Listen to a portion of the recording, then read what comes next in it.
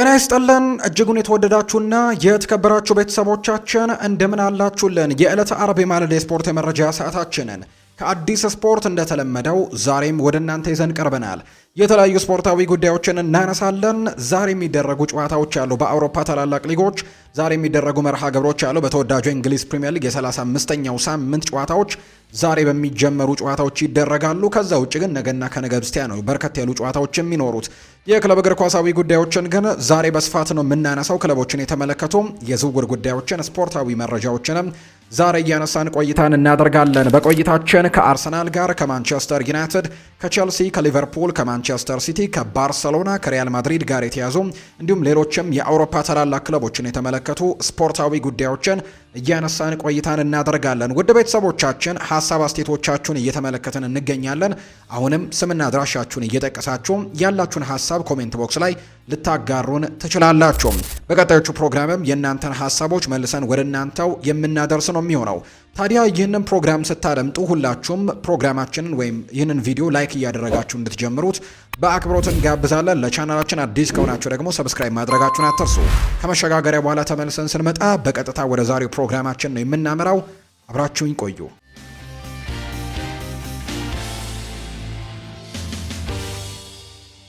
የሀገር ውስጥ መረጃን በማስቀደም ነው የዛሬ ፕሮግራማችንን የምንጀምረው። የኢትዮጵያ ፕሪምየር ሊግ ጨዋታዎች ትላንትና ምሽትም በስፋት ቀጥለው ተደርገዋል።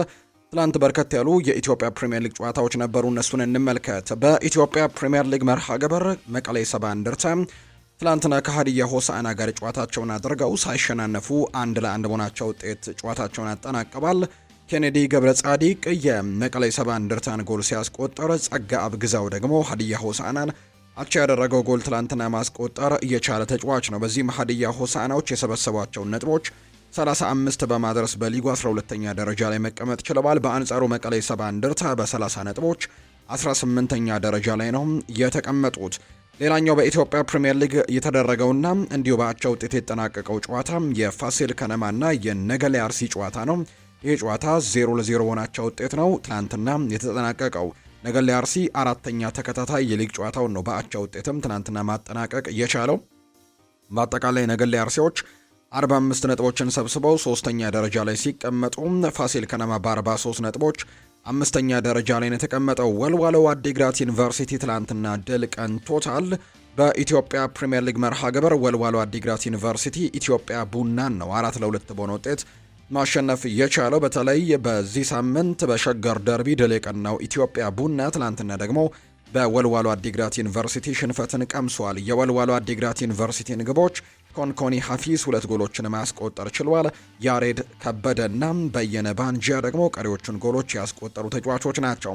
ለኢትዮጵያ ቡና ግቦቹን አቡበክር አዳሙና በረከት ብርሃኑ ነበሩ ከመረብ ጋር ማሳረፍ የቻሉት። ኢትዮጵያ ቡና በ41 ነጥቦች 7ኛ ደረጃ ላይ የተቀመጠ ቡድን ነው። ወልዋሎ አዲግራት ዩኒቨርሲቲ ደግሞ በ35 ነጥቦች 13ኛ ደረጃ ላይ ተቀምጠዋል። በቀጣይ ኢትዮጵያ ቡና ከድሬዳዋ ከተማ ጋር ነው ጨዋታውን የሚያደርገው። ሌላኛው ደግሞ ወልዋሎ አዲግራት ዩኒቨርሲቲ ከነገሌ አርሲ ጋር ጨዋታቸውን እንደሚያደርጉ የወጣላቸው መርሃ ግብር ያሳያል።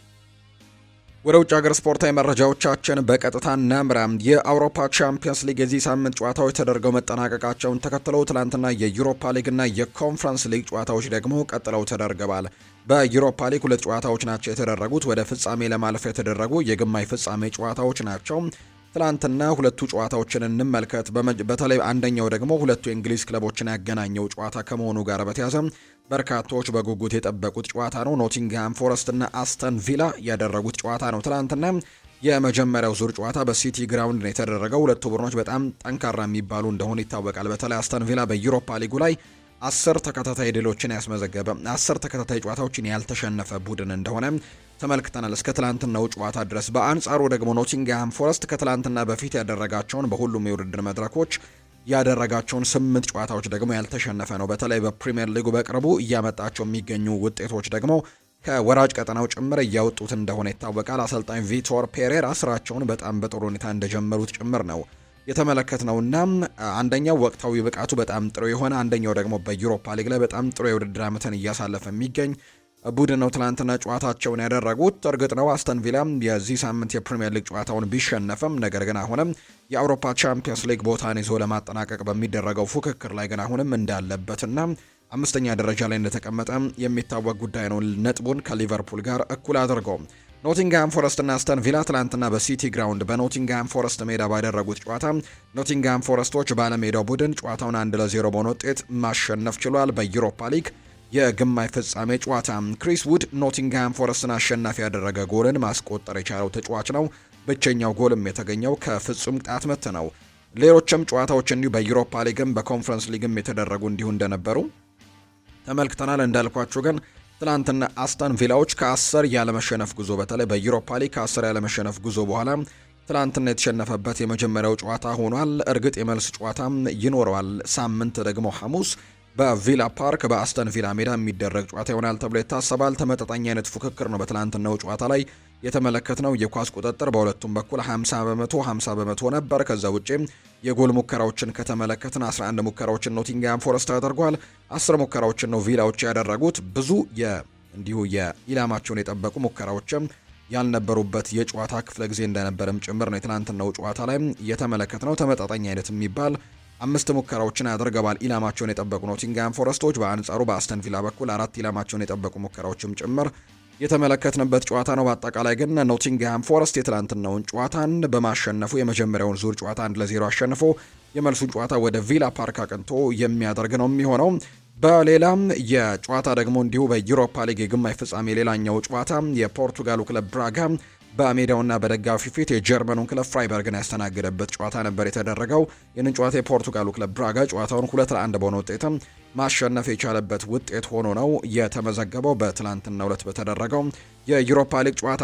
ሌላኛው በኮንፈረንስ ሊግም የተደረጉ ጨዋታዎች ያሉ። ሲጠበቅ የነበረው ጨዋታ ግን የዩክሬኑ ክለብ ሻክታር ዶኔስክና እንዲሁ ክሪስታል ፓላስ ያደረጉት ጨዋታ እንደሆነ ይታወቃል። በተለይ የእንግሊዝ ቡድኖች በዚህ የውድድር ዓመት የፍጻሜ ተፋላሚ የመሆን እድላቸው በጣም ሰፋ ያሉ ይመስላሉ። ምክንያቱም በዩሮፓ ሊግ አንደኛው ቡድን ተሳታፊ እንደሚሆን በፍጻሜው ላይ የተረጋገጠ ጉዳይ ነው። በቻምፒየንስ ሊግ አርሰናል ከአትሌቲኮ ማድሪድ ጋር የሚያደርገውን የመልሱን ጨዋታ ማሸነፍ የሚችል ከሆነ የፍጻሜ ተፋላሚ ይሆናል። ሌላኛው በኮንፈረንስ ሊግ ደግሞ ክሪስታል ፓላስ ጥሩ ጊዜያቶችን እያሳለፈ ነው። ትላንትና ከሜዳ ውጭ ሄዶ ጨዋታውን ያደረገው ክሪስታል ፓላስ ሻክታር ዶኔስክን 3-1 በሆነ ውጤት ማሸነፍ ችሏል። ኢስማኤል አሳር በመጀመሪያው 45 የጨዋታ ክፍለ ጊዜም ብቻ ሳይሆን በመጀመሪያዎቹ ሰከንዶች ላይ ነው ጎል ያስቆጠረው። 1 ደቂቃ እንኳን ሳይሞላ ነበር ኢስማኤል አሳር ኳስና መረብን ማገናኘት የቻለው። ነገር ግን 47ኛው ደቂቃ አካባቢ ላይ የሻክታር ዶኔስክ ተጫዋች ኳስና መረብን አገናኝቶ ጨዋታውን አንዳቻ አድርጎት ነበር።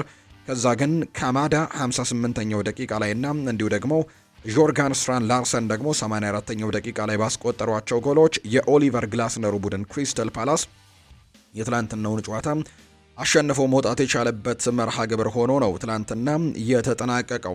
ነገር ግን ጨዋታውን ያሸነፉ እንጂ በኳስ ቁጥጥሩ ረገድ በጣም በትልቁ ብልጫ ተወስዶባቸው ትላንት ተመልክተናል። በአጠቃላይ በጨዋታው ላይ 71 በመቶ የኳስ ቁጥጥር የነበረው ሻክታር ዶኔትስክ ነው። በትላንትናው ጨዋታ በተለይ ሁለተኛው 45 የጨዋታ ክፍለ ጊዜ ላይ ደግሞ የኳስ ቁጥጥራቸው እጅግ በጣም ትልቅ እንደነበር ተመልክተናል። ነገር ግን በጨዋታው ላይ ግን ያን ያክል የሚባል ትልቅ የጎል እድሎችን መፍጠር አልቻሉም። 15 የጎል ሙከራዎችን ቢያደርጉም አንዱ ብቻ ነው ኢላማውን የጠበቀላቸው ሻክታር ዶኔስኮች፣ እሱም ወደ ጎልነት የተቀየረው ኳስ ነው። ከዛ ውጭ ግን ክሪስታል ፓላሶች ግን በ29 በመቶ የኳስ ቁጥጥርም ቢሆን 10 ሙከራዎችን ያደርገው 7ቱ ኢላማቸውን የጠበቁ መሆናቸው በመጨረሻዎቹ ወይም ፋይናል ሰርዱ ላይም በጣም ውጤታማ የነበረን አቀራረብ እንደነበራቸው ትናንትና ተመልክተናል። ብቻ በአጠቃላይ ፓላሶች የትናንትናውን ጨዋታ 3-1 ከሜዳ ውጪ በማሸነፍ በመልሱ ጨዋታ በሜዳቸው ሴልኸርስት ፓርክ የተሻለ ውጤትን ይዘው እንዲወጡ ሊያደርጋቸው እንደሚችል በርካቶች ግምቶቻቸውን ሰጥተዋል።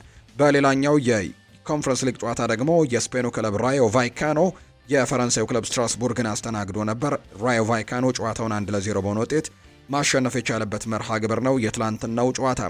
የዛሬም ደግሞ የሚደረጉ ጨዋታዎች ያሉ። በተወዳጁ እንግሊዝ ፕሪሚየር ሊግ 35ኛ ሳምንት ዛሬ ነው ጅማሮን የሚያደርገው። ሊድስ ዩናይትድ እና በርንሌይ ጨዋታቸውን ያደርጋሉ። በርንሌይ መውረዱን አረጋግጧል። ሊድስ ዩናይትድ ደግሞ ያለውን ደረጃ ከፍ ለማድረግ ካልሆነ በስተቀር ከፕሪሚየር ሊጉ ያለ መውረድ ነገሩ ወይም ደግሞ የመትረፍ እድሉን በጣም ያሰፋ ቡድን እንደሆነ ይታወቃል። ነገር ግን ደረጃውን ለማሻሻል የዛሬውን ጨዋታ ለማሸነፍ በትልቁ ይንቀሳቀሳል ተብሎ ይታሰባል። ሊድስ ዩናይትድ እና በርንሌይ ነው ዛሬም በሊድስ ዩናይትድ ሜዳ በኤላንድ ሮድ ጨዋታቸውን የሚያደርጉት። በጣሊያን ሴሪኤም ዛሬ አንድ መርሃ ግብር ይደረጋል። ፒያትሳና ሊቼ የሚያደርጉት ጨዋታ ምሽት 3:45 ሲል ዛሬ የሚደረጉ ጨዋታዎች እንደሆኑ ነው የወጣላቸው መርሃ ግብር የሚያሳየው። ክለቦችን የተመለከቱ ስፖርታዊ ጉዳዮችን ደግሞ ወደ እናንተ እናደርስ ውድ ቤተሰቦቻችን። የማንቸስተር ዩናይትድ ጉዳዮችን በማስቀደም ነው የምንጀምረው። የዘ አትሌቲኩ ዘጋቢ አንዲ ሚተን እንዲህ ይናገራል። አንድ ነገር ማስታወስ አለባችሁ ሲል ነው የሚናገረው። ይሄ ቡድን የተገነባው በማይክል ካሪክ አይደለም በሩበን አሞሪም ነው ሲል አንዲ ሚተን ይናገራል። እንደተነገረኝ ከሆነም በማንቸስተር ዩናይትድ የቅርብ ሰዎች ማይክል ካሪክ መጫወት የሚፈልገውን የጨዋታ ስታይል ገና ተግባራዊ አላደረገም ሲል ነው አንዲ ሚተን የሚናገረው። አሁን ላይ የራሱን ውሳኔዎች ከመወሰን ይልቅ ራሱን ከሁኔታዎች ጋር አላምዶ ተጫዋቾቹ ባላቸው አቅም መሰረትም የተሻለ መንገድ ላይ ለመጠቀም እየሞከረ ነው።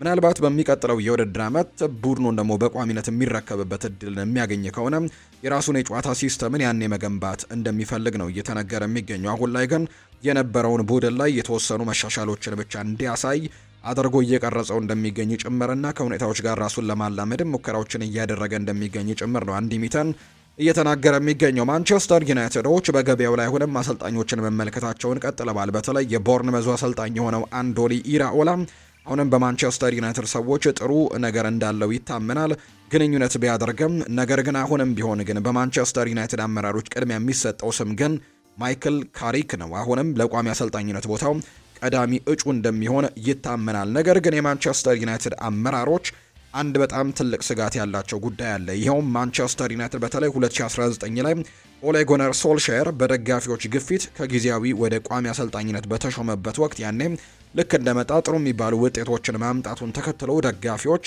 በቋሚነት ይህን ቡድን እንዲረከበው ጥያቄዎችን አቅርበው ነበር። ነገር ግን ወደ ቋሚ አሰልጣኝ በተሾመበት ወቅት ግን የተፈጠረው ስህተትን አሁን ላይ በማይክል ካሪክ ስር መድገም አይፈልጉምና በደንብ አጢነው ውሳኔዎችን እንደሚወስኑ ነው ቴሌግራፍ የተባለው የመረጃ ምንጭ ይፋ ያደረገው። ነገር ግን እንደተገለጸው ከሆነ አሰልጣኝ ማይክል ካሪክ ግን ቅድሚያ የሚሰጠው እጩ እንደሆነ ወይም ደግሞ ትልቅ እድል እንዳለው ነው ይፋ እየተደረገ የሚገኘው። ሌላኛው የምናነሳው ጉዳይ ደግሞ ከካሴሜሮና ከብሩኖ በጣም ብዙ ነገሮችን ተምሬያለሁ ይለናል ኮቢ ማይኖ ነው ይህንን ሀሳብ የሰጠው። ትላንትና እስከ 2031 ድረስ የሚያቆየውን ኮንትራት በማንቸስተር ዩናይትድ ቤት መፈረሙን የምናስታውሰው ጉዳይ ነው። ከዛ በኋላ ግን የተለያዩ አይነት ሀሳቦችን ሰጥቷል።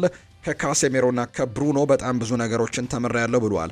በተለይ ገና 16 እና 17 ዓመቴ እያለ ወደ ልምምድ ስመጣ በዛ ጊዜ ከዋና ቡድን ጋር ልምምድ ብቻ እንጂ ጨዋታዎችን አላደርግም ነበር። ለኔ ያንን የልምምድ ጊዜም እንደ አንድ ጨዋታ ነበር የምቆጥረው። በቅርበት እከታተላቸው ነበር። የልምምዱ ፍጥነትና ጫና በጣም ከፍተኛ ከመሆኑ የተነሳ በእንዲህ አይነት ሁኔታ ውስጥም እንዴት እንዲተረጋግተው ይጫወታሉ፣ በትክክልስ ምን እያደረጉ ነው ብዬ እገረም ነበር ሲልም ጭምር የተናገረው። እርጋታቸው በጣም ያስገርመኝ ነበር በጣም በፍጥነት ጨዋታ ውስጥ ሲልም ነው የሚናገረው። ወደ ቤት ሄጄ ስለዚህ ጉዳይ ብዙ አስብ ነበር። ከዚያም ያየሁት ነገር በተግባር ለመዋልም እሞክር ነበር። አሁንም ቢሆን መማሪን አላቆምኩም። ዛሬም ከነሱ ብዙ ነገሮችን እየተማርኩ ነው ሲል ኮቢ ማይኖ ይናገራል። ወደ ዋናው ቡድን ለሚቀላቀሉ ወጣት ተጫዋቾች እኔ ኃላፊነት ይሰማኛል ብሏል ኮቢ ማይኖ። ምክንያቱም በዛ ውስጥ ማለፍ ምን እንደሚመስል እኔ በደንብ በሚገባ ጠንቀቅ ያውቀዋለሁ። በወቅቱ የረዱኝን ሰዎች ሁልጊዜም አስታውሳቸዋለሁ። ስለዚህም እኔም በቀጣይ ቡድኑን ለሚቀላቀሉ ወጣቶች ያንኑ ማድረግን ነው ምመክረው። ይህም ደግሞ በጣም አስፈላጊ ነገር እንደሆነ ማምናለሁ። ማንቸስተር ዩናይትድ የተገነባው በአካዳሚ ላይ ነው። ስለዚህም ትልቅ ዋጋ ሊሰጠው የሚገባ ጉዳይ እንደሆነም ጠንቅቄ አምናለሁ እና ከአካዳሚ ለሚመጡ ተጫዋቾች በጣም ትልቅ እገዛዎችን ማድረግ እፈልጋለሁ ሲል ነው ኮቢ ማይኖ የተናገረው። ከእያንዳንዱ ጨዋታ በፊት ወደ ሜዳ ስገባ ካሴሜሮ ሁልጊዜም በእግር ኳስ እንዝናና፣ እንደሰት እያለ ይመክረኝ ነበር ሲልም ይነግረኛል። ደግሞስ እውነታዊ አይደል ወይ ሲልም ይናገራል። በእግር ኳስ ለመደሰት ትጫወታለህ፣ ማሸነፍንም በእጅጉ ትፈልጋለህ። ነገር ግን በመጨረሻም እውነታው ምንድን ነው ቢባል እዚህ ኦልድ ትራፎርድ ባልጫወት እንኳን እግር ኳስን በነፃ ወይም ደግሞ በጓሬ ውስጥ በመጫወት አሳልፍ ነበር፣ እደሰትበት ነበር። አሁን ግን በትልቁ ክለብ ውስጥ መጫወትን ችያለሁና በዚህ መደሰትና መዝናናት አለብኝ ሲልም ነው ኮቢ ማይኖ ጨምሮ እየተናገረ የሚገኘው። ማንቸስተር ዩናይትዶች የዌስትሃም ዩናይትዱን የተከላካይ መስመር ተጫዋች የሆነው አልሃጂ ማሊክ ዲዩፍን ለማስፈረም ፍላጎት ካሳዩ ክለቦች መካከል አንደኛው እንደሆነ እየተነገረ ይገኛል። በተለይ ዌስትሃም ዩናይትድ ደግሞ ከሊጉ የሚወርድ ከሆነ ምናልባት ከቶትንሃም ጋር አሁን ትንቅንቅ ውስጥ ይገኛሉ። በሁለት ነጥብ ከፍ ብሎ ተቀምጧል። በእርግጥ ዌስትሃም ዩናይትዶች 17ኛ ደረጃ ላይ ነው የተቀመጡት። ነገር ግን አሁንም የመውረዱ ስጋት እንዳለ ነው። ምናልባት ከፕሪሚየር ሊጉ የሚወርድ ከሆነ ግን ማንቸስተር ዩናይትድ የተከላካዩ ፈላጊ ይሆናልና ይህንን ተጫዋች ለማምጣት ሙከራዎችን ያደርጋል ተብሎ እንደሚጠበቅ ነው ፎክስ ስፖርት የተባለው የመረጃ ምንጭ ይፋ ያደረገው። ሌላኛው ከማንቸስተር ዩናይትድ ጋር እየተነሳ የሚገኘው ማንቸስተር ዩናይትድ የ28 ዓመቱን የቦሩሲያ ዶርትመንድ ግብ ጠባቂ የሆነው ግሪጎር ኮብልንም ለማስፈረም ከከፍተኛ ፍላጎት ጋር እያሳየው እንደሚገኝ የተገመተው። ዶርትሙንድ ተጫዋቹን ለመሸጥ ፍቃደኛ ቢሆንም እስከ 2028 ድረስ ግን ኮንትራት ስላለው ቢያንስ 55 ሚሊዮን ዩሮ አካባቢ ይጠይቃል ተብሎ ነው የሚጠበቀው። ዝውውሩ የሚሳካ ከሆነ ኮብል ከሴኔ ላሜንስ ጋር የማንቸስተር ዩናይትድ ቁጥር 1 ግብ ጠባቂ ለመሆንም ብርቱ ፉክክር ያደርጋል ተብሎ እንደሚታሰብ ነው የጀርመኑ ተነባቢ ታማኙ የሚባለው ሚዲያ ቢልድ ነው ይህንን መረጃም ይፋ እያደረገው የሚገኘው። ከኮቢ ማይኖ ጋር በተያያዘ አንድ ጉዳይን እናንሳና የማንቸስተር ዩናይትድ ጉዳዮቻችንን እዚህ ጋር እናብቃ። ዩናይትድ በቀጣይ ለትልልቅ ዋንጫዎች እንዲፎካከር ለመርዳት ዝግጁ ነኝ ብሏል ኮቢ ማይኖ። በማንቸስተር ዩናይትድ ኮንትራቱን ያራዘመው ኮቢ ማይኖ የክለቡ ፍሬ በመሆኑ እንደሚኮራም ጭምር ይናገራል። ከማንቸስተር ዩናይትድ ስለሆንኩኝና ይህንን ክለብ ስለምወክል እኮራለሁ፣ ሁልጊዜም የኔ ክለብ ይሆናል ሲል ነው ሜኑ የሚናገረው። በየቀኑ ህልሜን ስለምኖር በጣም ደስተኛ ሆኛለሁ ያለው ኮቢ ማይኖ በዚህ ክለብ ስኬታማ መሆን የልጅነት ህልምን ያለኝ፣ አሁንም ያ ነገር ይቀጥላል ሲል ይናገራል። ማንቸስተር ዩናይትድ በመጪዎቹ ዓመታት በተከታታይ ለትልልቅ ዋንጫዎች እንዲፎካከርም ለመርዳት ቆርጬ ተነስቻለሁ ሲልም ጭምር ነው ኮቢ ማይኖ ሀሳቡን እየሰጠም እንደሚገኝ መረጃዎች ይፋ እያደረጉ የሚገኙት። የአርሰናል ጉዳዮችን ወደ እናንተ እናደርስ። አርሰናል የቻምፒየንስ ሊግ የመልስ ጨዋታን ኤምሬትስ ላይ ከአትሌቲኮ ማድሪድ ጋር እንደሚያደርግ ይታወቃል። በተለይ በመጀመሪያው ዙር ጨዋታ በዋንዳ ሜትሮፖሊታን ስቴዲየም 1-1 መሆናቸው ውጤት አጠናቆ መምጣቱ ይታወሳል። ብዙ አወዛጋቢ ነገሮች የነበሩት ጨዋታ ቢሆንም ከዚህ ጨዋታ በኋላ ግን የመልሱን ጨዋታ በኤምሬትስ ስቴዲየም የፊታችን ማክሰኞ ደግሞ እንደሚያደርጉ ይታወቃልና ለዛ ጨዋታም ለየት ያለ ነገርን እያቀዱ እንደሆነ ነው መረጃዎች የወጡት። አርሰናሎች ከጨዋታው በፊት ለቡድኑ ባሰም ለየት ያለ አቀባበልን ለማድረግ ዝግጁ መሆናቸውን የሚያሳዩ መረጃዎች ይፋ ተደርገዋል።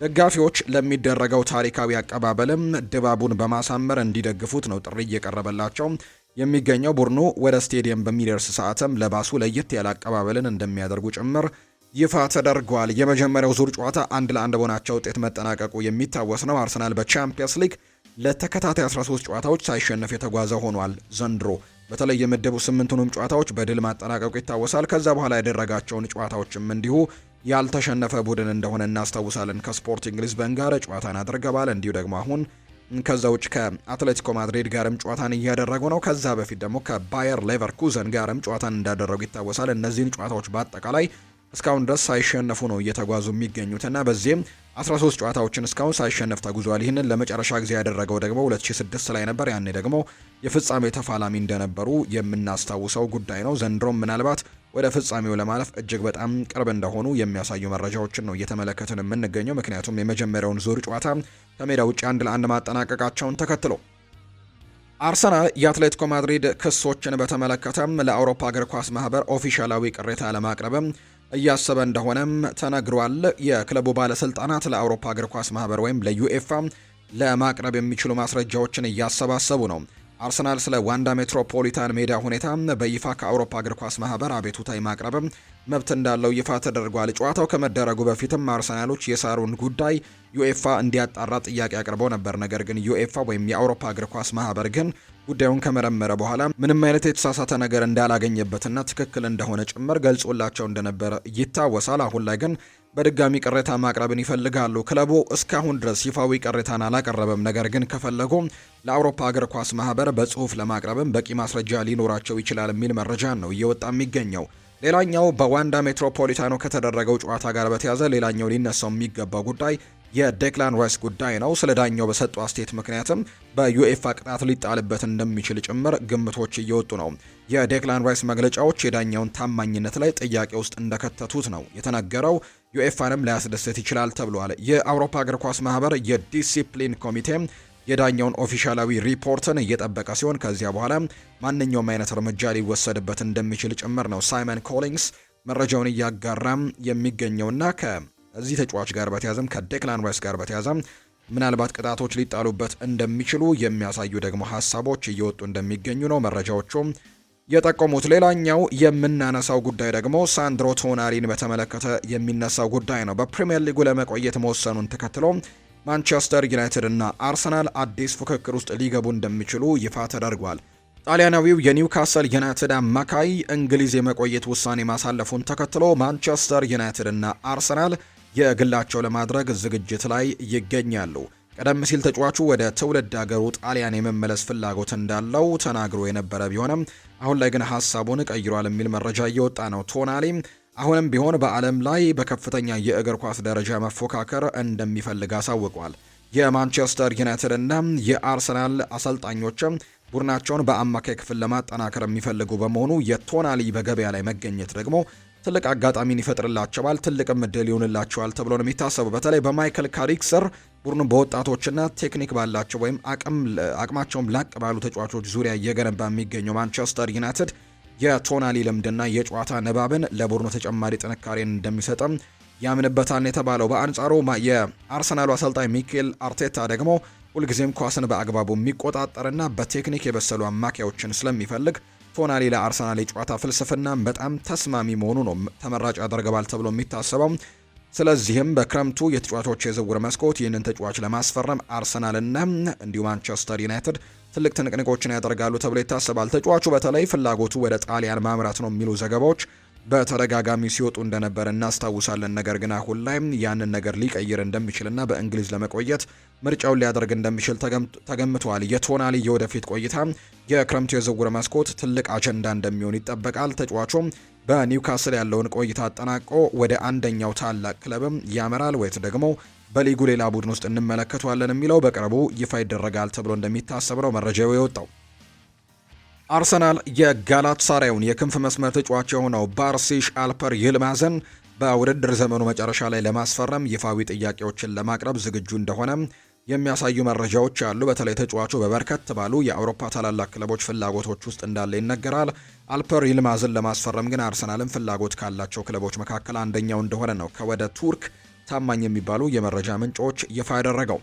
ቪክተር ዮኬሬሽ ለአርሰናል 40 ጨዋታዎችን አድርጓል። ቢያንስ ለ45 ደቂቃዎች ተጫውቷል በ40ዎቹ ጨዋታዎችና ስፖርቲንግ ሊዝበን በስምምነቱ መሰረት ተጨማሪ ቦነሶችን ያገኛል ተብሏል። 1.25 ሚሊዮን ዩሮ እንደሚያገኝ የተነገረው። ይህም ስምምነቱ በጠቅላላው የ70 ሚሊዮን ዩሮ ዋጋ ሊያደርሰው እንደሚችልም ነው ሪካርድ ፖርቱጋል የተባለው የመረጃ ምንጭ ይፋ ያደረገው። የኦዴጋርድ ዝግጁነት ስጋት በተፈጠረበት ወቅት የአርሰናል ካፕቴን በጉልበት ህመም ምክንያት ጨዋታውን ከ1 ሰዓት ቀደም ብሎ ተቀይሮ ወጥቷል። ይህ ችግር በዚህ ውድድር ዘመን በተደጋጋሚ እየተከሰተ እንደሚገኝ ነው ይፋም የተደረገው።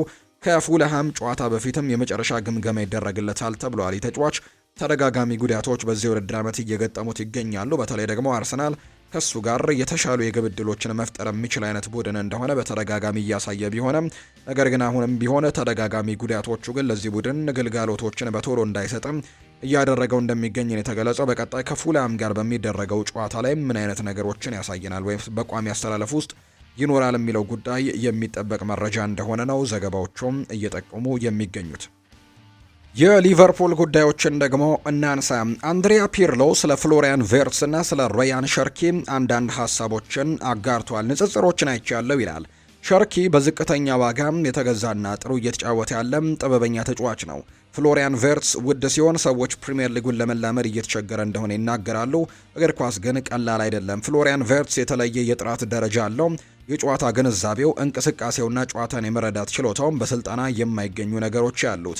የአቋም መዋዠቅ ሊኖር ይችላል። የዝውውር ዋጋውን ማንነትን አይገልጽም። እውነተኛ ተሰጥኦ ሁልጊዜም በጊዜ ሂደት ውስጥ ራሱን የሚያሳይበት ይኖረዋል ሲልም ነው የተናገረው። ቸርኪ በጣም ጥሩ ተጫዋች ስለመሆኑ ጥርጥር የለውም። በዛ ላይ ደግሞ በጣም የተረጋጋ ቡድን የተቀላቀለው። ፍሎሪያን ቬርትስ ግን የላቀ ብቃት ያለውና በከፍተኛ ደረጃ ጨዋታን የመቆጣጠር እና መወሰን የሚችል ተጫዋች ነው። እንደ ፍሎሪያን ቬርትስ ያሉ ተጫዋቾች ምን ያክል ጊዜ ዋጋ እንድትሰጣቸው ሁልጊዜም ይመሰክራሉ ሲልም ጭምር ነው የተናገረው። ይህንን ሀሳብ ነው የሰጠው አንድሪያ ፒርሎ። ፌዴሪኮ ኪየዛም በሊጉ የውድድር ዘመን መጀመሪያ ላይ ጎል ሲያስቆጥር አዲስ ምዕራፍ የተከፈተለት ይመስል ነበር። ነገር ግን ባለፉት 7 የሊግ ጨዋታዎች ላይ የተሰለፈው ለ24 ደቂቃዎች ብቻ ነው። ከሱ ጋር አለመግባባት ነበር የሚባለው አሰልጣኝ ቲያጎ ሞታ ከክለቡ በመሰናበቱ ምክንያት ወደ ዩቬንቱስ የመመለስ ፍላጎት እንዳለው ነው የተነገረው። እንዲሁም አታላንታ፣ ሮማና ኤሲ ሚላንም ተጫዋቹን ለማስፈረምም ፍላጎት ያላቸው ሲሆን አሁን ባለው ሁኔታ ከሊቨርፑል መልቀቁ የማይቀር እንደሚመስልና ምናልባት ደግሞ ወደ ጣሊያን ሊመለስ የሚችልበት እድል ሰፊ እንደሆነ ነው ሉዊስ ስቲል የተባለ የመረጃ ምንጭ ይፋ ያደረገው። ዩቬንቱስም እንዲሁ በአሊሰን ላይ የሚደረገው እንቅስቃሴን እንዳጠናከረው ይነገራል። ነገር ግን እንደ ጣሊያን የመረጃ ምንጮች ከሆነ እሱ ብቸኛው አማራጫቸው አይደለም። ዝርዝራቸው ውስጥ እንደ ጄምስ ትራፎርድ፣ እንዲሁ ዳቪድ ዳኪያም እንደሚገኝም ጭምር እየተነገረ ይገኛል። ከዛ ውጪ ደግሞ የቱሉዙን ግብ ጠባቂም እንዲሁ ሬስተስም ይገኝበታል ተብሏል። ከኦሎምፒያኮስም ግብ ጠባቂን እየተመለከቱ ነው። ትራፎርድ ከፍተኛ ዋጋ ሊጠይቃቸው ይችላል ተብሏል። ስለዚህም ዩቬንቱስ የኮንትራቱን ርዝማኔና በጥቅምት ወርም 34 የሚሞላውን መሆኑን ግምት በማስገባትም ዝቅተኛ ዋጋ ወደሚጠይቀው አሊሰን ቤከርም ትኩረታቸውን ሊያደርጉ እንደሚችሉ የሚያሳዩ መረጃዎች እየወጡ ይገኛሉ። እስካሁን ድረስ የማካሊስተር ኮንትራትን ስለማደስ ምንም አይነት ንግግሮች በሊቨርፑል በኩል አልተጀመሩም። የአሁኑ ኮንትራቱ ሲያልቅም እንግዲህ እድሜው 29 አካባቢ እንደሚሞላ ይጠበቃል። ስለዚህም ፋቢኒዮ በ2021 ተመሳሳይ እድሜ ላይ ያለ ነበር፣ ኮንትራት አልተሰጠውም ነበር ያኔና ሊቨርፑሎች ተመሳሳይ መንገድን ሊከተሉ እንደሚችሉ ይፋ ተደርጓል። ስለዚህም ልክ እንደ ፋቢኒዮ ሆኖ አሌክሲ ማካሊስተርም ኮንትራት ከዚህ በኋላ የማግኘት እድሉ በጣም ጠባብ ሊሆን እንደሚችልና ሊለቅ የሚችልበት እድሉ እንዳለ ጭምር ነው የተነገረው። በአርኔ ስሎት ዘመን ለመጀመሪያ ጊዜ የስሎትን አጨዋወት እንደተመቸው በይፋ የተናገረው ከርቲስ ጆንስ ነበር። በዚህም በአርኔ ስሎት ስር ባለው ህይወትም ምን ያክል እንደተደሰተ እንደሆነ ለጋዜጠኞች ተናግሮ ነበር። የአጨዋወት ዘይቤውም ሙሉ በሙሉ እንደተስማማው በመጥቀስ ይሁን እንጂ በአብዛኛው ሰዓት ተቀያሪ ተጫዋች ሆኖ በመቆየቱ ከርቲስ ጆንስ ቀጣይ እርምጃውን ለመውሰድና ለመልቀቅም ዝግጁ እንደሆነ የሚያሳዩ መረጃዎች አሁን ላይ እየወጡ ነው። በክረምት ተጫዋቾች የዝውውር መስኮት ከዚህ ክለብ ጋር ሊለያይ የሚችልበት እድል በጣም ሰፋ ያለ እንደሆነ እየተገለጸ ይገኛል ነው መረጃው እያለ የሚገኘው። ዴይሊ ሜል ቤን ዶክን በውድድር ዘመኑ መጥፎ ዝውውሮች ዝርዝር ውስጥ 19ኛው መጥፎ ዝውውር አድርጎ አስቀምጦታል። ቦርንመስ ከሊቨርፑል በ25 ሚሊዮን ፓውንድ ያስፈረመው ቤን ዶክ ሌላኛው የአመቱ ደካማ ዝውውር አድርጎ ነው ያስቀመጠው። በገጠመው የጡንቻ ጉዳት ምክንያት ለ4 ወራት ከሜዳ ርቋል። እስካሁንም በሊጉ መጫወት የቻለው ለ68 ደቂቃዎች ብቻ እንደሆነ ይታወቃል። ለተጫወተባቸው ለእያንዳንዱ የሊግ ደቂቃዎች ደግሞ ክለቡ 370,000 ፓውንድም ወጪ ያደርጎበታል ተብሏል። በዚህ ረገድ በሊጉ ውዱ ተጫዋች እንደሆነ ጭምር ነው የተነገረው። ቦርንመስ ተጫዋቹን ለማስፈረም ትርፋማ የሆኑ በመምሰሉ እንግዲህ ጉዳቱ ግን ዝውውሩን የከሸፈ አድርጎታል ይላል ዴይሊ ሜል ባወጣው መረጃ። ፍሎሪያን ቨርትስም በመጥፎ ዝርዝሮች ዝርዝር ውስጥ እንዲሁ እንደተካተተ የሚያሳዩ መረጃዎች አሉ። በከፍተኛ የዝውውር ዋጋ መገዛቱ ፍሎሪያን ቨርትስን እንደተጠበቀው አለመሆኑ በዴይሊ ሜል ዘገባ ላይ ተነግሯል። በተለይ የወጣበት ገንዘብ በጣም ትልቅ ከመሆኑ ጋር በተያያዘ ነው። እንዲያዚህ አይነት የዝውውር ደረጃዎች ሲወጡ ቁጥሮችና የፈረሙበት የፊርማ ገንዘብ ደግሞ ስለሚሰላ ነው ዝቅተኛ ወይም ደግሞ ያልተሳካ ዝውውር አድርገው በርካቶች ወይም መጥፎ ዝውውር አድርገው እየቆጠሩት የሚገኙት እንጂ ጥሩ ቁጥሮችን አስመዝግበዋል። ፍሎሪያን ቨርትስ አልፎ አልፎ ድንቅ ብቃቱን ቢያሳይም ለተከፈለበት ከፍተኛ ዋጋ ግን ብቁ ሆኖ አልተገኘም ነው የሚለው የመረጃ ምንጩ። በሊቨርፑል በነበሩት የመጀመሪያዎቹ 15 ጨዋታዎች ላይ ምንም ጎል ሳያስቆጠር እንዲሁ ደግሞ አንድ ለጎል የሚሆን ኳስ ብቻ በማቀበል በጣም ደካማ ጅማሮን ነበር ያደረገው። ምንም እንኳን በቅርቡ ብቃቱ መሻሻል ቢያሳየም በሊጉ ያስቆጠራቸው 5 ጎሎችና ያደረጋቸው 3 አሲስቶች አሁንም ለክለቡ ደጋፊዎች ግን ግምት ውስጥ ሲያስገቡት ግን መጥፎ ዝውውር ከሚባሉት መካከልና 14ኛው መጥፎ ዝውውር እንደሆነ ጭምር ነው መረጃዎች ይፋ እየተደረጉ የሚገኙት። የአሌክዛንደር ኢሳክ ስምም እንዲሁ በዚሁ ዝርዝር ውስጥ ተካቷል። ኢሳክ በ125 ሚሊዮን ፓውንድ የብሪቴን የዝውውር ሪከርድን ሰብሮ ነበር ወደ ሊቨርፑል የመጣውና በዴይሊ ሜል መረጃ መሰረትም የመጀመሪያ የሊግ ጎሉን ለማስቆጠርም 236 ቀናት ነው የፈጀበት። ዴይሊ ሜል በሰሩት ዳታ መሰረትም እንዲሁ ሊቨርፑል በፕሪሚየር ሊጉ አሌክዛንደር ኢሳክ ለተጫወተበት ለእያንዳንዱ ደቂቃዎችም 180,000 ፓውንድ ወጪ አድርጓል። በዚህም በታሪክ ለደቂቃ ውድ ዋጋ የወጣበት ሁለተኛው ተጫዋች አድርጎታል። ቀጣይ ዓመት በዴይሊ ሜል እቅድም የሁጎ ኤኪቲክ መጎዳትና የሞሐመድ ሰላ ከክለቡ መልቀቅም አሌክዛንደር ኢሳክ የራሱን የሚያሳይበት የመጨረሻው ድል እንደሚኖረው ጭምር የሚያሳዩ ዘገባዎች ናቸው እየወጡ እንደሚገኝ መረጃዎቹ ይፋ የተደረጉት። የማንቸስተር ሲቲን ጉዳዮች ደግሞ እናንሳ።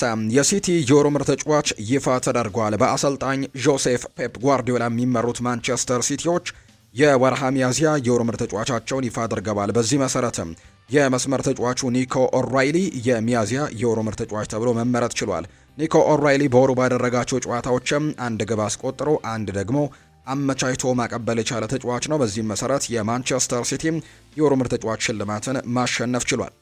ኒኮ ኦራይሊ ይናገራል። ህይወቴን በሙሉ ለነዚህ ሁኔታዎችና ለነዚህ እድሎች እየተጫወትኩኝ ነበር። ታዲያም አጋጣሚውን አሁን ላይ እንዳገኘሁኝም ለምን ይሄኛውን እንድሸሸው ያደርገኛል። ስለዚህ በማንቸስተር ሲቲ ቤት ከዚህ በኋላ አቋሜንም ከፍ አድርጌ በመቀጠል የተሰጠኝን እድል በአግባቡ መጠቀም ይኖርብኛል ሲልም ነው ኒኮ ኦራይሊ ሀሳቡን እየሰጠ የሚገኘው። ጀረሚ ዶኩ ይናገራል። በእርግጠኝነት ቀጣይ ዓመት ከዚህ የተሻለ አስፈሪ ቲም እንደምንሆን አውቃለሁ። አሁን ላይ በቀሩት ጨዋታዎች ላይ ፎከስ ነው የምናደርገው፣ ነገር ግን ቀጣይ ዓመት ግን ይበልጥ ጠንካራ ሆነን እንደምንመጣ ግን ሁሉም ሊያውቅ ይገባል ሲልም ነው ጀረሚ ዶኩ የተናገረው። አይደር ሚሊታኦ ጉዳት ማጋጠሙን ተከትሎ አሁን ላይ ቪቶር ሮያሽም በውሰት በዢሮና የሚገኘው ተጫዋች በ2026 የብራዚል የዓለም ዋንጫ ቡድን ውስጥ እንዲሳተፍ እድል ፈጥሮለታል ተብሏል። የ20 ዓመቱ የመሃል ተከላካይ በዚህ የውድድር ዘመን ከዢሮና አስደናቂ ብቃቱን እያስመለከተ ነው። እናም አሁን ላይ እንደ ጠንካራ ተመራጭም እጩ ብቅ ብሏል። ካርሎ አንቸሎቲም ቀድሞውኑ ከተጫዋች ጋር ግንኙነት እንዳላቸው በተደጋጋሚ ይነገራል። በቀጣይ ይህንን ተጫዋች በተመለከተ ምናልባት ካርሎ አንቸሎቲ መግለጫዎችን ሲያወጡ ይህንን ተጫዋች በብራዚል ብሔራዊ ቡድን ስብስብ ውስጥም ሊያካትቱ የሚችሉበት እድል በጣም ሰፊ እንደሆነ እየተገለጸ እንደሚገኝ ነው መረጃዎች ይፋ የተደረጉት። የሪያል ማድሪድ ጉዳዮችን ደግሞ እንንገራቸው። የሪያል ማድሪድ የወሩ ምርጥ ተጫዋች እጩዎች ይፋ ተደርገዋል። በአሰልጣኝ አልቫሮ አርቤሎ የሚሰለጥነው ሪያል ማድሪድ የወርሃ ሚያዝያ ምርጥ ተጫዋቾችን እጩዎች ይፋ አድርገዋል። በዚህ መሰረትም ቪኒሲዮስ ጁኒየር በዚህ ዝርዝር ውስጥ የተካተተም ተጫዋች ሆኗል። ከዛ ውጪ ፌዴሪኮ ቫልቬርዴ፣ አርዳ ጉለር፣ ጁድ ቤሊንጋም እና አንቶኒ ሩዲገር የወሩ ምርጥ ተጫዋች እጩ ዝርዝር ውስጥ የተካተቱ ተጫዋቾች እንደሆኑ ነው ይፋ የተደረገው። ኤንድሪክ ፊሊፔ አሁን ላይ በሊዮን እየተጫወተ ይገኛል። በርከት ያሉ ሀሳቦቹን ሰጥቷል። ኤንድሪክ በርከት ያሉ ቃለ መጠይቆችን ያደረገው እግር ኳስ ጥሩ ቦታ ላይ አይደለም ብሏል። ኤንድሪክ ሲናገር ብራዚላዊው ተጫዋች ኤንድሪክ እግር ኳስ ተጫዋችነት ለልጁ እንደማይመኘው ይናገራል። እግር ኳስ ጥሩ ቦታ አይደለም ያለው ኤንድሪክ ለልጄ አልመኝም፣ ልጄ ሐኪም ወይም ጠበቃ እንዲሆን እመኛለሁ ሲልም የተናገረው። ልጁ ጥሩ ስብዕና ያለው መልካም ሰው እንደሚሆን ተስፋ አደርጋለሁ ሲልም የተናገረው። ስለ ማህበራዊ ሚዲያ አጠቃቀም ያነሳው ኤንድሪክ በመጀመሪያ ወራቶቼ ማህበራዊ ሚዲያን እከተል ነበር ሲልም ጭምር ይናገራል። ከሜዳ እንደወጣው የመጀመሪያ ስራዬም ስለ እኔ ምን ተባለ የሚለውን ለማየት ነበር ወደ ኤክስ የሚሄደው ወይም ወደ ትዊተር ማለት ነው ያለው ኤንድሪክ ፊሊፔ አሁን ግን ብዙ ነገሮችን ተምሬያለሁ ሲል ይናገራል። አሁን ላይ ጨዋታው ሲያበቃ ትኩረቱ ማገገም ላይ መሆኑን ያስረዳው ኤንድሪክ ምንም ቢያወራ ለትችት ግድ እንደማይሰጠው ጭምር ነው እየተናገረ የሚገኘው። ቤሊንግሃም ለኔ በጣም አስፈላጊ ሰው ነበር ሲልም ጭምር ይናገራል። በክለብ ውስጥ የእንግዳነት ስሜት እንዳይሰማኝና ተቀባይነት እንዳገኝም አድርጎኛል። እንግሊዘኛን በደንብ መናገር አልችልም ነበር፣ እሱ ግን ያናግረኝ ነበር። በትንሹም ቢሆን በስፓኒሽ ለመናገር ይሞክር ነበር። ሁሌም ደግሞ ከጎኔ መሆኑንም እንዲሁ ምክሩን ይለግሰኝ ነበር። በሪያል ማድሪድ ቆይታዬ መጀመሪያ ላይ የእሱ ጓደኝነት ለእኔ በጣም ትልቅ ትርጉም ነበረው። ይህም ለእኔ በጣም ከፍተኛ ተጽዕኖን አሳድሯል። ወደዚህ ከመምጣቴ በፊት ስለ እሱ የተለያዩ ግምቶች ነበሩኝ። እሱ ግን ካሰብኩት በላይ ፍጹም የተለየ ሆኖን ያገኘሁት። እሱ ድንቅ ተጫዋች ብቻ ሳይሆን በተለይ ለጓደኝነትም ትልቅ ቦታ የሚሰጥም አስደናቂ ሰውም ጭምር ነው። ስለ እሱ በጣም ያስደመመኝ ይሄ ነው ሲልም ጭምር ይናገራል። ስለ ጁድ ቤሊንግሃም ሲናገር በሪያል ማድሪድ ውስጥ ከሁሉም በላይ ያስደመመኝ ተጫዋች ደግሞ ሉካ ሞድሪች ነው። 100% እርግጠኛ ነኝ። በመጀመሪያ ዓመቴ ብዙ ነገሮችን ያስተማረኝ ሰው ሉካ ሞድሪች ነው። በትምህርት ወቅት ብቻ ሳይሆን በጨዋታዎች ላይም ጭምር የእግር ኳስ ጥበቡን ያሳየበት ማስተር ክላስ ነበረው። እድሜው 40 ቢሆንም በጣም ጠንካራ ነው። በየቀኑ ልምምድ ይሰራል። ባይሰለፍ እንኳን ወደ ክለቡ ሄዶ የራሱን ተጨማሪ ልምምዶችንም ያደርጋል። የሚጫወትበት መንገድ በጣም የሚገርም ነው። ሜዳ ላይ ምን ማድረግ እንዳለብኝ ሁሌም ጠቃሚ ምክሮችን የሚሰጠኝ ነበር። ይህም ትልቅ እገዛን አድርጎልኛል። በእግር ኳስ ሕይወቴ ካገኟቸው ድንቅ ሰዎች መካከልም አንደኛው ሉካ ሞድሪች ነው ሲልም አሞካሽቶታል። እግር ኳስን በጀመርኩበት ወቅት ግን በማህበራዊ ሚዲያዎች የሚተቹብኝን ነገሮች ወይም የምመለከትባቸው ነገሮች በጣም መጥፎ ነበሩና ያኔ ወደ ኋላ እንድልም አድርጎኝ ነበር ሲልም ጭምር ይናገራል። በጣም አስቸጋሪ ጉዳት አጋጥሞኝ ነበር በሪያል ማድሪድ ብዙ ጊዜም አባክኛለሁ። ይህም በብዙ ጨዋታዎች ላይ ልምምዶች ላይና ስራዎች ላይም አርቆኛል።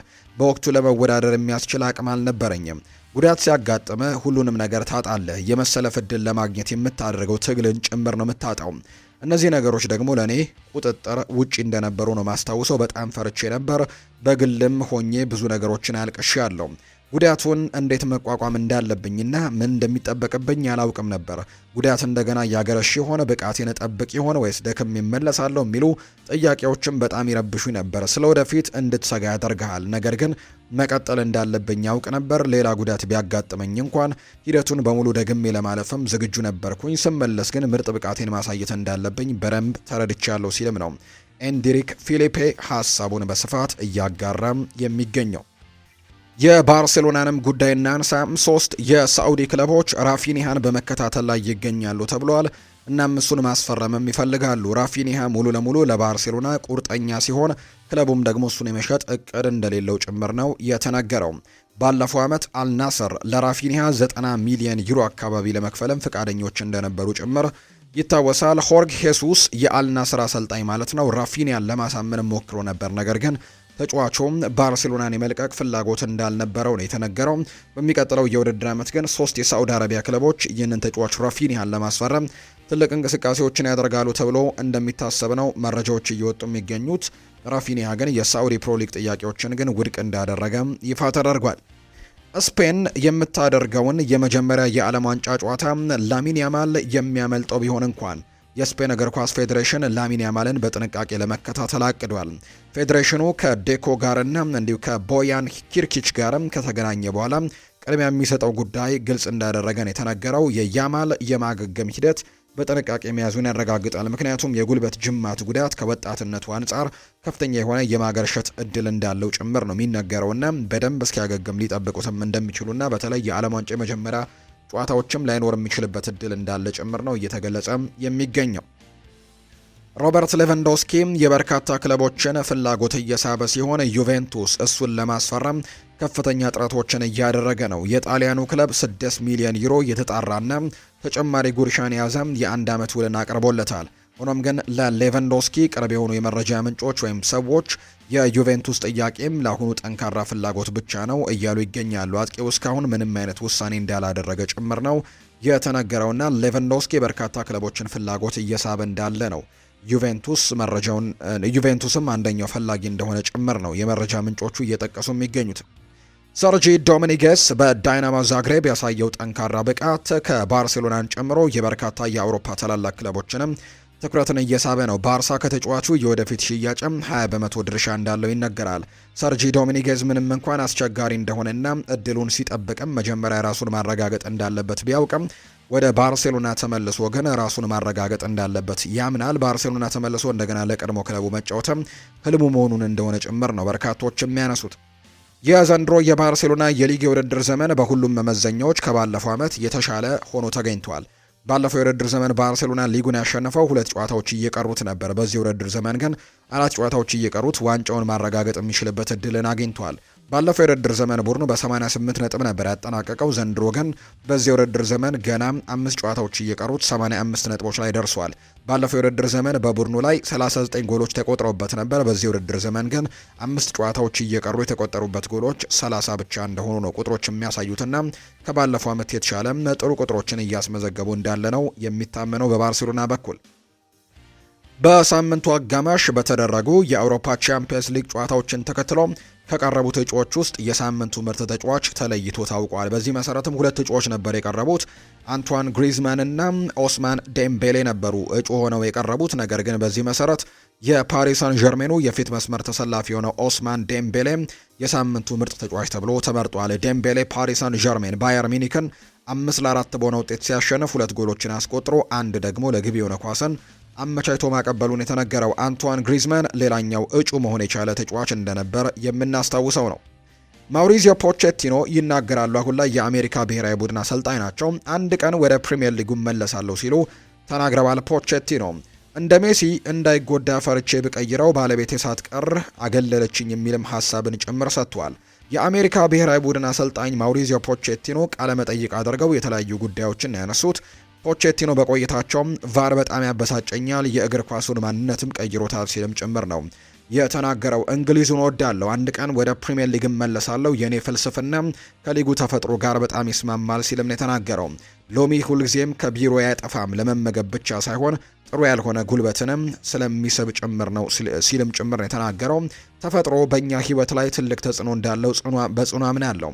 የቼልሲ አሰልጣኝ ሆኜ በጥቂት ፊርማዎች ላይ ብቻ ነበር እኔ ተሳትፎን ያደረግኩት። እንደ ፓልመር አይነት ላይ አሰልጣኝ በሁሉም ፊርማዎች ላይ መሳተፍ አለበት ጥሩ ዝውውሮች እንዲደረጉ ሲልም ፖቼቲኖ ይናገራል። ነገር ግን በቼልሲ በነበርኩበት ጊዜ ግን ያድል አልተሰጠኝም ነበር። ጥቂት ተጫዋቾች ላይ ብቻ ነው እጄን ያስገባሁት ወይም ዝውውሩ ላይ ጣልቃ የገባሁት። እንደ ፓልመር አይነት ዝውውሮች ላይ የኔ እጅ ያለበት ሲል ይናገራል። ፓሪስ ሰን ዠርሜን እያለሁኝ ሜሲን ከጉዳት ለመጠበቅ ቀይሬ ሳስወጣው ሁሉም ሰው አጠቃኝ፣ ባለቤቴ ሳትቀር አግልላኛለች ሲልም ጭምር ነው የተናገረው። ፖቼቲኖ ሜሲን ቀይሬ በማስወጣቴም ነቀፌታዎች ቀርበውብኛል ብሏል። ቫርን መቀበል ይከብደኛል፣ ምክንያቱም የጨዋታን ማንነት ቀይሮታል። አሁን ላይ ወደ መዝናኛ ጨዋታ ለመቀየር እየተሞከረ ነው፣ ያንን ደግሞ ጠለዋለሁ ሲልም ጭምር ነው እየተናገረም የሚገኘው። ጥሩ ሕግ ካልወጣ የሳዑዲ ሊግ አያድግም ብሏል። ክሪስቲያኖ ሮናልዶ ነው ይህንን ሀሳብ የሰጠው። ፖርቱጋላዊው ተጫዋች ክሪስቲያኖ ሮናልዶ በሳዑዲ አረቢያ ሊግ ውስጥ ቅሬታ እንዳለው ነው በይፋ የተናገረው። ከሪዮ ፈርዲናንድ ጋር ቆይታ የነበረው ሮናልዶ በሊጉ የተወሰኑ ክለቦች የሜዳ ወጪ ተጽዕኖ አላቸው ሲልም ጭምር ይናገራል። አሁን ስለዚህ መናገር አልፈልግም፣ በውድድር ዘመኑ መጨረሻ ግን በግልጽ እናገራለሁ ሲል ሮናልዶ ተናግሯል። ወደዚህ ሊግ ቀደም የመጣሁት እኔ ነኝ ያለው ሮናልዶ ሁሉም በዚያ ምክንያት ነው የመጡት፣ ሊጉ ዳኞችና እቅዱ ደግሞ መከበር አለበት ሲልም ጭምር ይናገራል። ሁሉም ሰው ዳኞችን ማክበር እንዳለበት ያሳሰበው ሮናልዶ ዳኞች ሰዎች ናቸው፣ ስህተት ሊሰሩ ይችላሉ፣ ተፈጥሯዊ ነው ሲልም ይናገራል። ሮናልዶ አክለውም በሊጉ ያልተገቡ አስተያየቶችን የሚገድብ ሕግ እንዲወጣ የመከረ ሲሆን ካልሆነ ግን የሳዑዲ ሊግ የማደግ እድሉ በጣም ጠባብ ይሆናል ሲል ይናገራል። ፕሪሚየር ሊግ ውስጥ ዳኞችን የምትናገር ከሆነ ወዲያው ነው ቅጣት የምትቀበለው። ይህ ሕግ እዚህ መተግበር አለበት ሲል ነው ሮናልዶ ጨምሮ የተናገረው። የፍሬንች ሊግ 1 የ2025-26 የውድድር ዘመን የዓመቱ ምርጥ አሰልጣኝ 5 እጩዎች ይፋ ተደርገዋል። በዚህ መሰረትም ሉዊስ ኤንሪኬ የፓሪስ ሰን ዠርሜኑ አሰልጣኝ አሁን የፍሬንች ሊግ 1ን በበላይነት እየመራ እንደሚገኝ ይታወቃል። ሉዊስ ኤንሪኬ በዚህ ዝርዝር ውስጥ ተካተዋል። የፓሪስ ሰን ዠርሜኑ አሰልጣኝ ከዛ ውጪ የሊዮኑ አሰልጣኝ የሆነው ፓብሎ ፎንሴካም በዚህ ዝርዝር ውስጥ አሉ። የሊሉ አሰልጣኝ የሆኑት ብሩኖ ጌኔሲዮ በዚህ ዝርዝር ውስጥ ያሉ ሌላኛው ሰው ናቸው። የሎሪዮ አሰልጣኝ የሆኑት ፓንታሎኒም በዚህ ዝርዝር ውስጥ አሉ። የሌንሱ ፔሬስ ሳጌ ደግሞ በእጩነት የቀረቡ 5ቱ የፍሬንች ሊጓን ምርጡ አሰልጣኞች ዝርዝር ውስጥ የተካተቱ እጩዎች ሆነው ነው ይፋ የተደረጉት። ሌላኛው የዓመቱ ምርጥ ተጫዋች ማን ይሆናል የሚለው ዝርዝር ውስጥም በርከት ያሉ ተጫዋቾች ተካተዋል። አብዛኞቹ ተጫዋቾች 5 እጩዎች ናቸው ይፋ የተደረጉት የ2025-26 የውድድር ዘመን የዓመቱ ምርጥ ተጫዋች ለመባል። ከ5ቱ ተጫዋቾች መካከል ግን 3ቱም የፓሪስ ሰን ዠርሜን ተጫዋቾች ናቸው። እነሱም ኦስማን ዴምቤሌ፣ ቪታኒያና ኑኖ ሜንዴሽ በዚህ ዝርዝር ውስጥ የተካተቱ ተጫዋቾች ናቸው። ከዛ ውጪ ሜሰን ግሪንውድ ከኦሎምፒክ ደ ማርሴይና ፍሎሪያን ታውቪን ከሌንስ ደግሞ የተካተቱ ተጫዋቾች ሆነው ቀርበዋል። የዓመቱ ምርጥ የውጭ የሚጫወቱ ወይም በውጭ ሀገር የሚጫወቱ ፈረንሳዊያን ተጫዋቾች ዝርዝርም ይፋ ተደርጓል። እነዚህ በሌሎች ሊጎች ላይ የሚጫወቱ ነገር ግን ዜግነታቸው ፈረንሳዊ የሆኑ ተጫዋቾች የሚሳተፉበት ውድድር እንደሆነ ተደርጓል። በሌሎች ሊጎች የሚጫወቱ 5 ተጫዋች እጩዎችም ይፋ ተደርገዋል። በዚህ መሰረትም በጣም ጠንከር ያለ ፉክክር በዚህ ዝርዝር ውስጥ እንደሚደረግ ነው በርካቶች የሚያምኑት። የሪያል ማድሪዱ ተጫዋች ኬሊያን ኤምባፔ በዚህ ዝርዝር ውስጥ ተካቷል። የሊቨርፑል አሁን ላይ በጉዳት ላይ የሚገኘው ሁጎ ኤኪቲኬም በዚህ ዝርዝር ውስጥ የተካተተ ሌላኛው ተጫዋች ነው። የአርሰናሉ ተከላካይ ዊሊያም ሳሊባም ዝርዝር ውስጥ አለ። ከዛ ውጭ የማንቸስተር ሲቲው ተጫዋች ራያን ሸርኪም በዚህ ዝርዝር ውስጥ ያለ ሌላኛው ተጫዋች ነው። የባየር ሚኒኩ የሚጠበቀው ማይክል ኦሊሴም በዚህ ዝርዝር ውስጥ የተካተተ ሌላኛው በእጩነት የቀረበ ተጫዋች እንደሆነ ይፋ ተደርጓል። እነዚህ 5 ተጫዋቾች ፈረንሳዊያን ሆነው በሌሎች ሊጎች ላይ የሚጫወቱ ምርጥ ተጫዋች እጩ ዝርዝር ውስጥ የተካተቱ ተጫዋቾች ናቸው። የዓለም እግር ኳስ የበላይ ፊፋም ዓመታዊ ኮንግረሱን በሜክሲኮ ቫንኩቨር እያካሄደ ይገኛል። በኮንግረሱ የፊፋው ፕሬዝዳንት ጂያኒ ኢንፋንቲኖ የተለያዩ የእግር ኳስ ፌዴሬሽን ፕሬዝዳንቶችን ወደ መድረክ ጋብዘውም እንደነበር ጭምር ተነግሯል። በተለይ ፊሊስጤምንና እንዲሁ የእስራኤልን ማለት ነው። ፕሬዝዳንት ጂያኒ ኢንፋንቲኖ ሰላምና አንድነትን ለማስተዋወቅም ሁለቱ ፕሬዝዳንቶች መድረክ ላይ እንዲጨባበጡም ጠይቀዋቸው ነበር። ይሁን እንጂም የእግር ኳስ ፌዴሬሽኑ ፕሬዝዳንቶች ግን ፍቃደኛ ባለመሆን ከመድረኩ እንደወረዱ ጭምር ነው እየተገለጸ እንደሚገኝ መረጃዎች እየወጡ እንደሚገኝ ዘገባዎቹም የጠቆሙት። ጄምስ ትራፎርድ የማንቸስተር ሲቲው ግብ ጠባቂ የቋሚ ተሰላፊነት እድልን ፍለጋ ክለቡን ለመልቀቅ ፍላጎት እንዳለው የሚያሳዩ ምልክቶች በመታየታቸው በወጣትነት የሙያ ዘመኑ ካጋጠሙት ወሳኝ ውሳኔዎች እንግዳ ወደ ሆነው ውሳኔ እየተቃረበ ሊሆን እንደሚችል የሚያሳዩ ዘገባዎች እየወጡ ነው። ጋዜጠኛ ፍሎሪያን ፕሌተንበርግ ይፋ እንዳደረገው ከሆነ ማንቸስተር ሲቲ ጄምስ ትራፎርድን እንደ ረጅም ጊዜ እቅዱ አካል አድርጎ ለማቆየት ቢፈልግም ተጫዋቹ ግን አሁን ላይ በክረምቱ የዝውውር መስኮት በፊት ያሉትን አማራጮች እያጤነ ነው የሚገኘው። ትራፎርድ ገና በ23 ዓመቱ ከእንግሊዝ ተስፋ ሰጪ ግብ ጠባቂዎች አንዱ ተደርጎ በሰፊው ይታያል። ሆኖም ግን በቡድን ውስጥ ያሉ ታዋቂ ስሞችን ተገንጥሎ በማንቸስተር ሲቲ ቋሚ ተሰላፊ መሆን ሁልጊዜም ፈታኝ ሆኖበታል።